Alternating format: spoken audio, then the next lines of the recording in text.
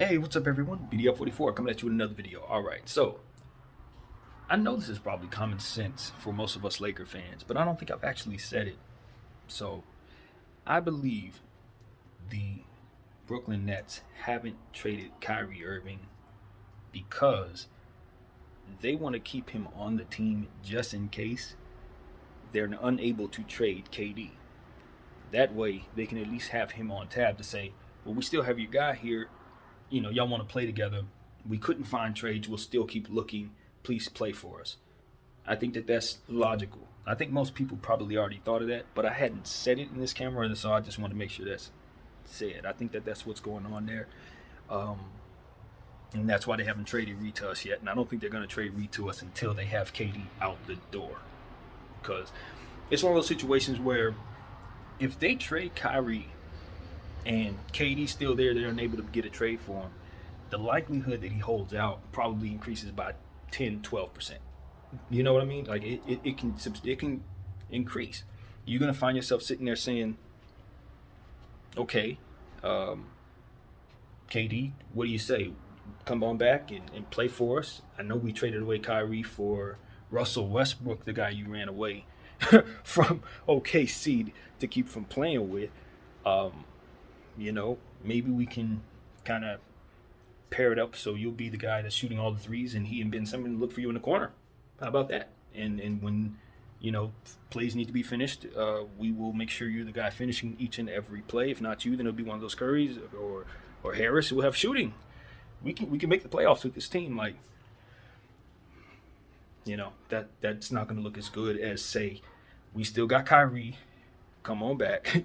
We got Royce O'Neal. We got what else? Whatever they put together. And so I think that's what they're trying to do. Now, my thinking is that's like worst case scenario for the Nets. I believe they're going to get a deal done before the season starts.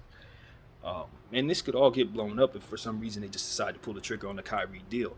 A lot of things could trigger that, including what's going on with the Suns in terms of what they have going on with the clock. As I show my wrist, they're on the clock with DeAndre Ayton because obviously he could sign a offer sheet with the Indiana Pacers today if he so chooses, taking them out of the running from being able to trade for him. Now, what I've understood is that the Pacers would more than likely not do that. They would probably seek a sign and trade rather than sign him to an offer sheet, according to Brian Windhorst. I believe it was who said that. So if they're more inclined to do so, then I think that'll work in Phoenix's favor, which would erase the clock theory in terms of Brooklyn hurrying up to make a trade for KD to assure that they'll be able to do that in time. So, or Kyrie rather, to assure that would be done in time. So, obviously, it's a lot of different people's clocks, so to speak, that could be triggered to what Brooklyn does. A lot of things are on hold because of Brooklyn, and so we would imagine that Brooklyn would probably feel that pressure to some degree and at least update those people behind the scenes on what's going on at the very least. So I'd imagine something like that is going on and communication is being had so that everybody's on the same page. But this situation we got to pay attention to is Indiana for sure, because if Ayton does sign that offer sheet, it will trigger a lot of different things because it will solidify that Phoenix is out, basically. So that changes everything that Brooklyn is looking at in terms of KD's, the board that they have looking at for what type of trade offers will be there for him. So, and that's the place he wants to go. So it gets really tricky there. The likelihood that he holds out if they botch things with Phoenix based on not meeting Indiana's deadline or what have you, that could be devastating for the Nets. So they got a lot on their table, a lot on their plate, but ultimately they hold the cards because all they can simply say is we don't care and move on from there. And they still have these guys on contracts. So, it does become a question of how much does Brooklyn care if KD holds out? I think that's really a question that I have, and I know that sounds insane, but it's not about whether or not I'm judging that they should or should not. It's the question. If Joe Tsai decides that he could care less if KD sits and just wants to be like Philly was with Ben Simmons, then we could see a situation like that. like very simply, where KD is either going to have to play or sit, and the owner can play hardball because KD's on a contract for 4 years. So, it probably doesn't look as good to wage war with one of the NBA superstars in this league. If you're a new owner, which Josiah would be. But at the same time, it's like this is his business, so he can run it the way you want to run it, just like every other owner. And I think that's what you run into when you sign up for your deal, which is why I don't know. I think it's a tough situation. You don't question why KD signs his deal, but you do question, if he should have going back as something that he already had planned in his head. As I've mentioned before, that should have already been a part of the plan. Like, you have to have known that there was a chance that they weren't going to want to trade you just because of how valuable you are. Somebody like KD say they want to leave. I got him on tap for 4 years. I'm like, what can I get for him is what I'm asking myself. It's like, if I can't get the equivalent of KD for him, then again, I'm asking myself, well, how much do I care if he sits? Because then it's about, okay, how long he want to sit? Is he going to retire now? You know what I mean? Or what? Because he could sit out a year. I still got him for 3. He could sit out 2. I still got him for 2. You know what I mean? It becomes a situation where it's like you could sit out, but we just watched John Wall sit out for almost 2 years. Not necessarily under those same circumstances, but it's not unprecedented for a player to literally not play despite being healthy. So I don't know. We could be looking at some unprecedented stuff because KD is a different type of person. When you're talking about taking a stance against him, he will stand. I know he will. He will take everything he has very, very seriously, as I'd imagine anybody does. But he's going to use his social media accounts. He's going to speak, I'd imagine, soon enough. If it becomes a holdout situation, I think it's a chance he isn't going to go quietly into the night about the situation. So we could see some really, really ugly stuff ahead with KD and the Brooklyn Nets. And I'm just speculating. I don't know. I wouldn't advise him to act up. In fact, I've been in this camera saying don't. But I don't. I can't say I see him being quiet and being cool if for some reason this becomes ugly right now. He's already gone quiet on them. You know what I mean? As we've talked about, he had gone dark for a little bit. I don't know if he's reemerged, so to speak. I haven't heard any updates, but it is what it is. KD wants out.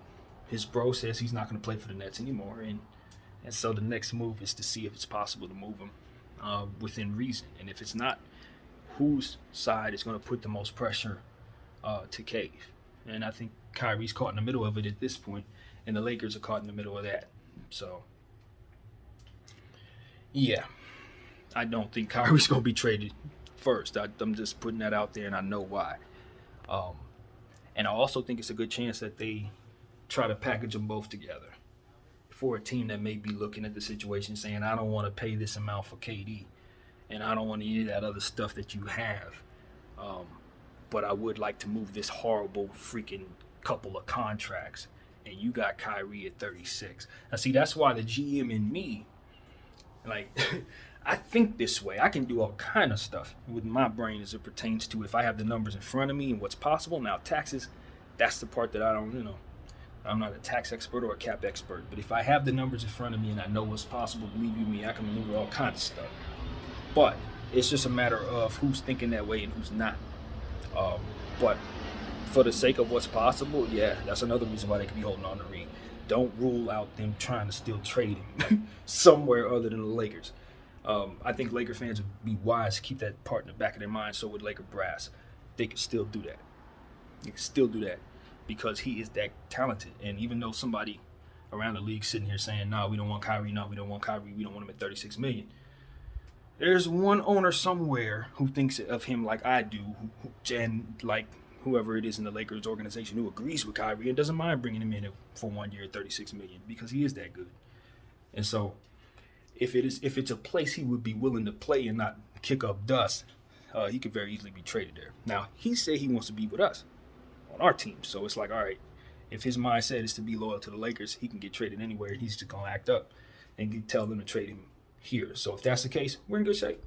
But if for some reason he likes the place they trade him to, or for some reason that's like a super team that he can't deny winning a championship on, we could be out of him. So that might put us on the clock as well. with Brooklyn. So I don't know, man. I don't know. I think if the Joe Harris thing is the hold up, and we are faced with all that pressure, you know, it then becomes a situation where I ask once again, what are our plans for Kyrie? Are we going to keep him only for 1 year and that's it? Are we going to keep him with the intention of keeping him if Bron signs? If Bron doesn't sign, do you plan on letting him go? What is your plan? My thought is to keep him past LeBron's tenure, and I assume that he's going to put on a Laker uniform and make it so that that manifests a desire in us to keep him. I don't expect that he's going to put on a uniform and then we're going to be like, we want him out the door. I'm expecting him to play well, and then from there we'll build a desire for him to be here as a fan base. I see that coming based on his skill set. And so it's like, yeah, we're going to want to keep him. It's not even about that. So long as we keep the requisite pieces around him that can help, take away his weaknesses and all of that stuff, make it so that he's not a liability defensively. If we can, as long as we can keep him in a position to do the things that Kai does, you're not going to want him to go. You're not going to want him to go. It's just up to him to, come here ready to be what he needs to be as a player for us. So, that's on him. And that's so on and so forth. But I think I'm not the only person that would be willing to take a chance. That's what I'm telling you. There's a lot of people who may be a part of what they would consider a blackballing. I know that such things can exist, and if that's the case, he wouldn't be able to get to the Lakers probably either. So I don't know if he's being fully blackballed. I just think most people are looking at the situation saying, I don't know that we can make him any happier than Brooklyn can. If he comes here, he's probably going to act up with us too. I think that's more so what's going on than the actual blackballing. But you never know. It's hard as Stephen A. be going at him. And it's hard to say, man, as bad as the situation looks. And so, if anything, I still feel uneasy about his situation going forward. That's why I'm hopeful that it works here in LA. Because he's seen this movie a million times, but it ain't usually this much anger pointed toward that guy from the media. Not this much. This is a different level. And that's another thing. Is it just me, or is it a different level of anger being pointed at players from media? What, like Skip Bayless pointed at Westbrook? That seems personal to me. That doesn't seem like entertainment. And, Stephen A's energy toward Kyrie doesn't feel like entertainment at all to me. Now, maybe that's the beauty of what it is they're doing. Maybe that's the point. They're able to make it feel that way, but I pride myself on being an intuitive person. It seems like it's some personal energy there. And so if that's the case, blackballing could be possible and real. So I don't know. But what I can say is the best strategy for them, personally, I think is to just play ball. And then KD, they're trying to rope him into that. They're trying to. And they're waiting to. Because I think the way they look at it is you align yourself with Kyrie Irving. You think like him. And he's, jabbed at a couple of them, including Skip Bayless, in such a way, so he probably is in there. They don't like him anymore than they like Kai, but they can't value him the same way because Kai, they don't have the same history. KD has been a model citizen, so to speak. He's won championships, MVP, all that. So they gotta put forth a different type of respect on his name in the public. But I don't think they like KD at all. It seems to me they don't like. And, I just look at the situation and say, I don't know what's going on behind the scenes. I don't know how people treat people. I don't know how people value each other. You know what I mean? You got to be careful how you treat people when you're at the peak of your height of your career, because sometimes on the way down, they kick you know what I mean? And I think some of that could be going on, But at the end of the day, we're seeing it. And it's like simultaneously you see the value of young players and all of that being heightened in this era. So, hey, man, I don't know. I was looking at that Rudy Gobert trade, and I was thinking, man, are they taking inflation into account? Like, is that what we're seeing? Is the price inflated due to the actual inflation going on in this country? Because I'm still trying to make sense of that damn trade. I don't know what the Timberwolves and the Jazz had in mind there, but it's a little different of a trade, in my opinion. So anyway, yeah, I wanted to ramble a little bit. I wanted to let you guys know what I think about the KD, Kyrie, why Kyrie ain't been traded to the Lakers yet. I think the framework of our deal is pretty much the same, but it's complex. As I've been reading We're up for giving him 27. As a Laker fan, 27 overall pick, 2027 pick that we have available to trade. 2029 pick is also available to trade, as you guys know. I think we'll give up 27. I don't know that we've committed to giving up 29. So I think it's a good chance we may be able to get away without giving up 29. I'm hopeful. I'm really hopeful. And as far as us triggering another deal, I would love to see us be able to get Eric Gordon. I would love to see us get some more shooting down there. Even if it's not Eric Gordon or somebody of that caliber, we do need to find more shooting. I don't know where you find it. I have no idea. But if the Lakers don't invest in more shooting, I think we could have some real trouble, even with the acquisition of Kyrie. Especially if we bring in Joe Harris and he's not healthy, or if he goes down, we could be relying upon his shooting a lot. And like I said, Cole Swider, looking at that player particularly, he's really good shooter, really good shooter, but his defense is going to be lacking. He's going to give up more than he gives us early on, so we're going to have to keep on developing him. And that's the thing. I've listened to people like Skip Bayless say, oh, Scottie Pippen Jr. is ready. He's going to be ready to play point guard. I actually think he can, but not starting for a championship caliber team just yet. You got to let that kid develop, and then you got to let him settle into whatever he's going to be. But he's a strong prospect, but he's just not ready to be that yet. He's going to have to work on his three-point rhythm and there's certain aspects of his game. But there's no doubt in my mind that he could work his way up to being a really good point guard in this league. No question about it. But I can see where Skip is headed. They're going to start pressuring him, heaping that. You're Pippen. You're supposed to live up to they're going to start hitting him with that. So, yeah, I just want to start preparing Laker fans for what I see the media starting to do with our young Laker there. And they're going to rope him up and set him up to let him down. Oh, he can be a starter now. Put him in front of Westbrook. Yeah, okay, Skip. I see what you're doing there. Nope. No, let him develop. We're not gonna destroy that kid's confidence before we give him a chance to learn himself. It's not like he was first overall pick or something like that. This is an undrafted player like the rest of our guys. So we're going to let them become role players and then see if they can overachieve in their careers. And that's the type of pressure we're putting on them here. It ain't going to be all that. But what I can say is Scottie looks great. I believe he can be a great backup point guard for us early on based on the skill sets that he's already shown in the summer league and the strength that he appears to already have on both sides of the floor. It shows. So, yeah, I want to see Scottie get some point guard minutes, but to rely upon him as our starter if for some reason we have to keep Russell, no, don't do that. Not out the gate. Hell no. No, if he earns that throughout the season, cool, yeah, put him there. Just like Austin Reeves, but Austin Reeves, for example, I would be quicker to put him in that position if for some reason it didn't work out. And remember, you still got Braun, so it's not like you have to find a traditional point guard to be on the floor. If for some reason we need to bench Russell Westbrook. So last but not least, again, Russell Westbrook, I know everybody's looking at him and laughing at him, how he's behaving and all of that. I don't think he's going to be a Laker, you guys. I think it's a good 98% chance he's out of here before the season starts. I think it's a great chance. I know a lot of people are saying, no. He's going to be a Laker, and we're prepared. As we obviously see, Darvin Ham has a fantastic plan for Russell Westbrook, and I think it's going to work in terms of making him look better, so long as he doesn't ask him to shoot too many corner shots. No. But in terms of having to attack from different areas, and, the inertia that he puts on the rim and keeping him constantly attacking, yeah, I think that's actually a real thing.